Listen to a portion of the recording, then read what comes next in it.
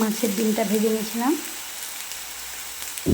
পেঁয়াজ, রসুন, কাঁচা লঙ্কা, পাঁচফোড়ন, শুকনো লঙ্কা ফোড়ন দিয়ে ভেজে হলুদ গুঁড়ো, লঙ্কা গুঁড়ো দিয়ে দিয়েছি। দিয়ে পুঁই শাক আর কুমড়ো আলুটা ভেজে নিচ্ছি। এটা মাছের ডিমটা এটা চচ্চড়ি হবে। কুমড়ো, আলু, পটল, পুঁই ডাঁটা,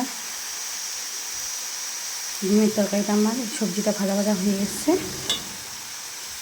আর একটু ভেজে নিয়ে জল দেবো। ভাজা হয়ে গেছে, জল দিয়ে দেবো।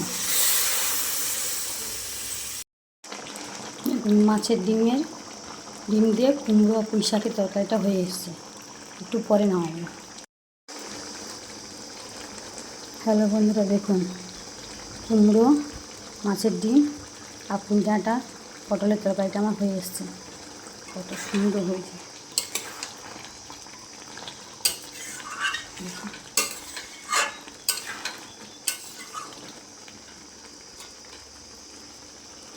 এবার নামিয়ে নেবো, দিয়ে জিরে গুঁড়ো আর একটু ঘি দিয়ে দেবো। কুমড়ো, আলু, পটল, পুঁই শাকের এই ঘন্টটা আমার রেডি হয়ে গেছে। যদি আপনাদের ভালো লাগে থাকে তাহলে আমার চ্যানেল সাবস্ক্রাইব করবে, ফেসবুক থেকে লাইক, কমেন্ট এবং শেয়ার করে পাশে থাকবে।